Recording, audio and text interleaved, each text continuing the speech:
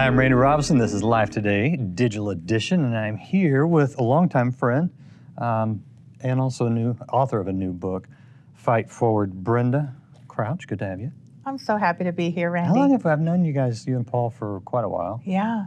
And it's been nice. You need to come back to Dallas more. I know, and do some more mountain biking. I was going to say, I need to tell you, this lady can bike in some tough single track, if you know what that is, terrain. We tore it up. Yeah. I like it. Oh, let's go down the list on the back of the book. TV host, speaker, author, singer-songwriter, and it says nothing about Mountain Miss biker. Nevada. Oh, well, actually the Miss Nevada title was a kind of a sub to Miss America. Okay. So, yeah, that's why. But regardless, I don't beauty claim pageant is Yeah. from the back of the book, and mountain biking. Not really my claim to fame. Okay. Which is, you know what, we're kind of laughing at that, but to see all the things you've accomplished, giving the way things could have gone, because early in your life was just terrible. Yeah. Tell us a little bit about what you went through. Well, you know, there was so many good things, and there was some secrets about bad things that early in my childhood, I was about 8 years old, I experienced the trauma of sexual abuse. And many times what children do because of trauma, Randy, is they will bury that, and they can bury the memory. So this was a suppressed thing for many, many years. But what happens is it fragments you. And often survivors of childhood sexual trauma will actually split within their own identity. And that happened to me.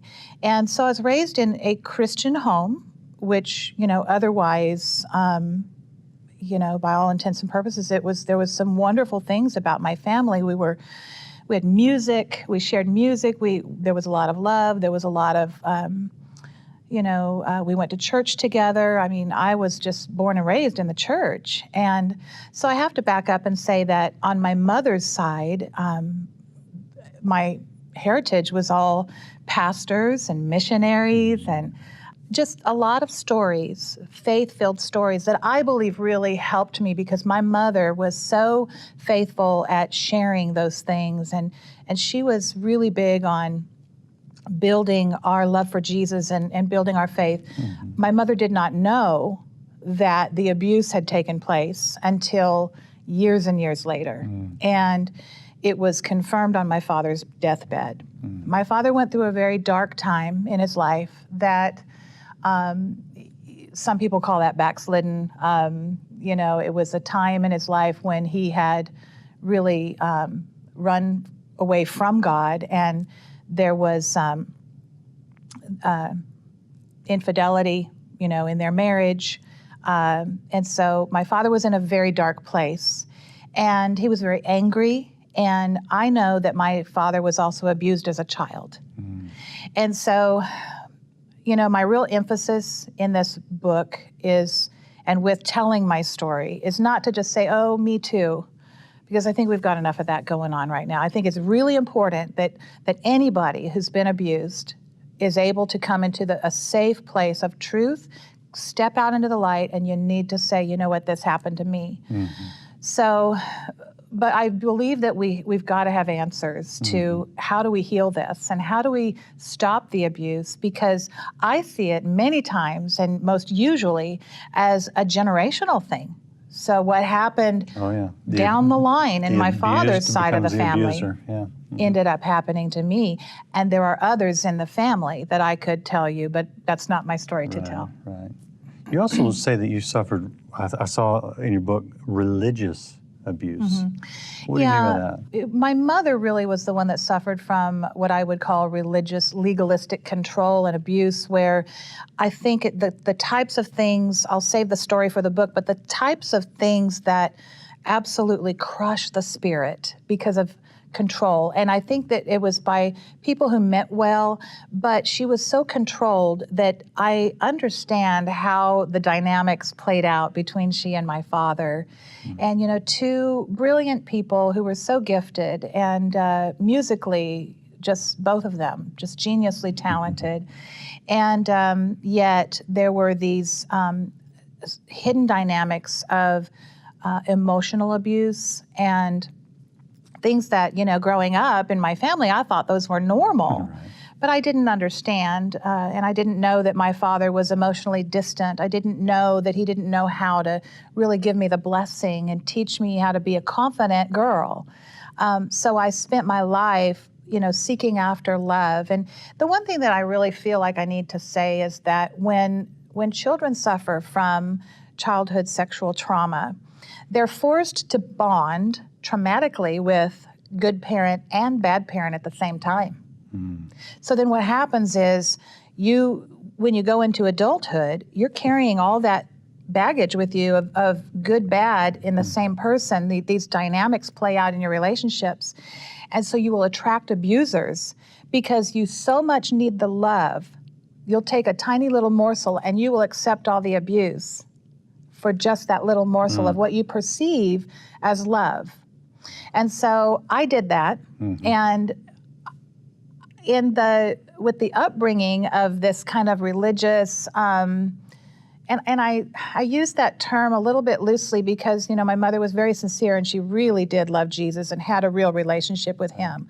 So she wasn't trying to just be religious. But the legalism that was so instilled into her was also instilled into me. And so there was a performance level there that was about my relationship with the Lord. And of course, then this broken concept of what a father is. Yeah, well, you've got two things that are working in diametrically opposed to one another. Yes. And you're having to reconcile them and deal with them. So then I think that I took that into two abusive marriages, trying to make them work and being the sacrificial lamb. Yeah, so you mentioned, you actually say in your book that looking back as you wrote the book, you wonder why you didn't get out of these situations sooner. Yeah. And that's common, hindsight's 20/20. But I gotta ask you, when you got married and were driving down the coast of California to your honeymoon and messed up the direction, left the directions of the hotel or something, and your husband got angry with you and kicked you out of the car. Yeah, on my wedding day. On your wedding day, I mean, looking back, you can see how you would go, there's your sign. Right. You should have never gone back to that guy, right? Yeah, and if I was the person that I am today and that happened, I'd say, okay, I don't care where we are in this stage. I don't care about how much money we spent. We're rethinking this because you don't do that. You don't. Yeah, I would realize that I'm valuable, but I didn't realize that I was valuable. Is that the core issue right there? Yeah, I think that I knew that cognizantly, but I didn't know it deep within my identity. And so, he kicked me out of the car, and there I was standing on a stretch of dirt road going, what just happened? Feeling about as awkward as anybody could feel. Yeah. And my grandfather had passed away that day, so it was already kind of an emotional day for me. Yeah. And I do think that we, in the healing process, I can look back now and say, wow, why did I not get that? Right. Like I would now. I guess what I'm getting at is what do you tell somebody who may be suffering some abuse now, but yet is kind of in the mindset you were in, where they're not getting the help they need or not aware that the situation's as bad as it really is or just doesn't know what to do? I would tell that person that deep inside that something's wrong because you're suffering from it and you're carrying the weight of it, and you feel responsible to make it all right, to fix it. And this is not something that you can fix. And I would encourage that person to begin to pray. If you don't know Jesus, you need to stop right now and ask him to be a part of your life and decide right now you can follow him from right where you are. You don't have to fix your life because that's what he is all about. He's about healing and restoring and renewing. But it's a process. And so I would tell that person that something needs to awaken on the inside of you. Yeah. And that's really what my journey was all about, was awakening. When we're living with that kind of abuse, there's a reason. There's something from our childhood or something. Not everybody was sexually abused, obviously, But the statistics are pretty high. Yeah, alarmingly high. Unfortunately. Even in the church. Yeah, exactly. And so, we're often shut down, and we don't realize it because we've learned how to function and operate on this kind of surface level where everybody thinks we're okay, and often we're not. So my encouragement is that people really begin to take that relationship with Christ seriously and let him just invade you and let him guide you. You need counselors. You need somebody that is safe, whether that's going to your church or finding an organization that helps abused women, a friend, someone. God sent those kinds of people to me. Yeah, I was going to ask, what was your journey to where you're at now, to a place of health, because it could have gone really wrong for you.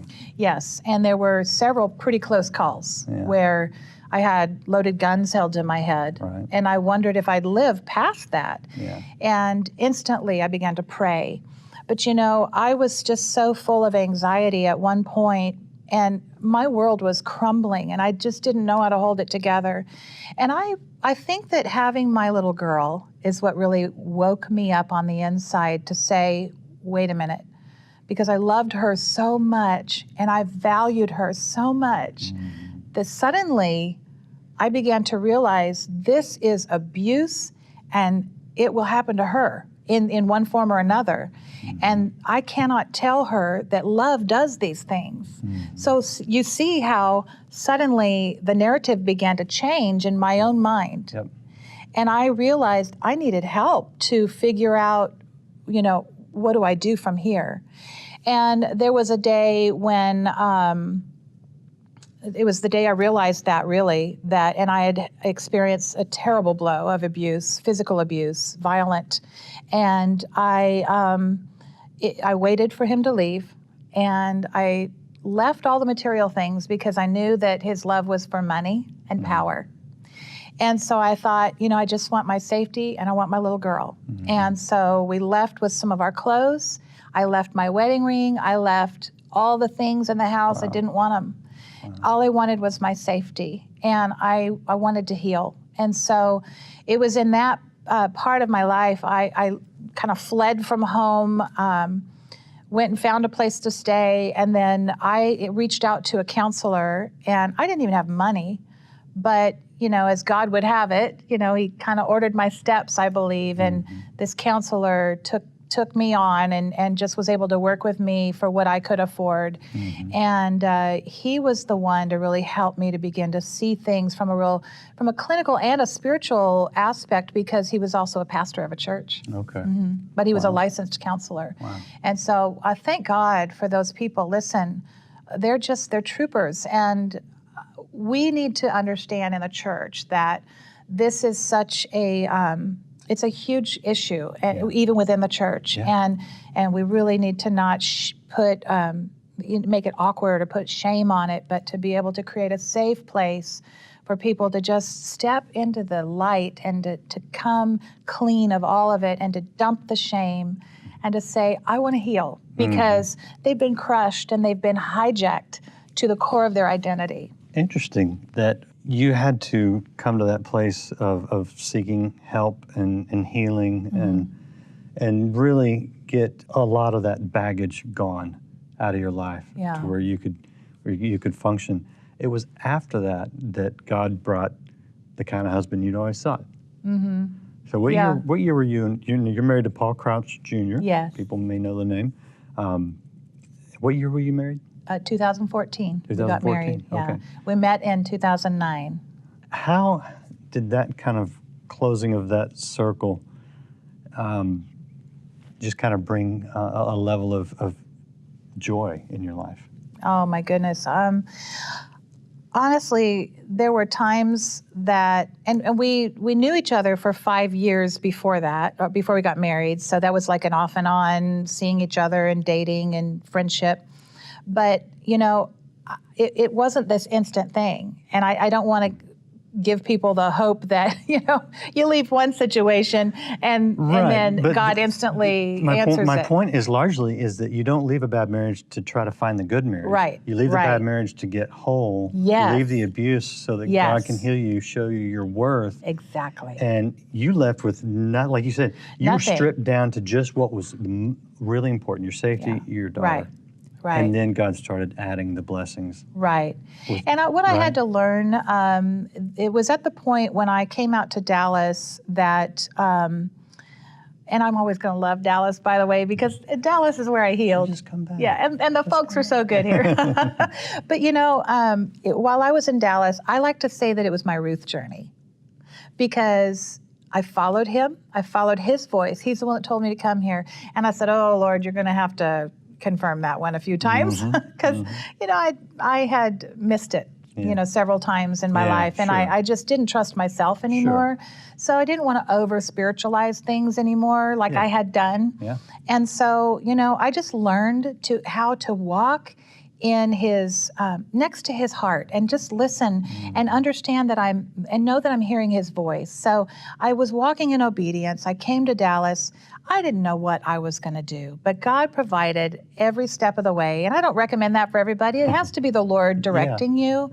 But I believe that what he did is he took me out of the soil I was in to transplant me geographically, because he wanted to do another work in my heart. He had already been working for quite a few years, but this was a new work. And in that journey, he provided for me miraculously. I mean, I went back into interior design. I'm going to say 50% self-taught.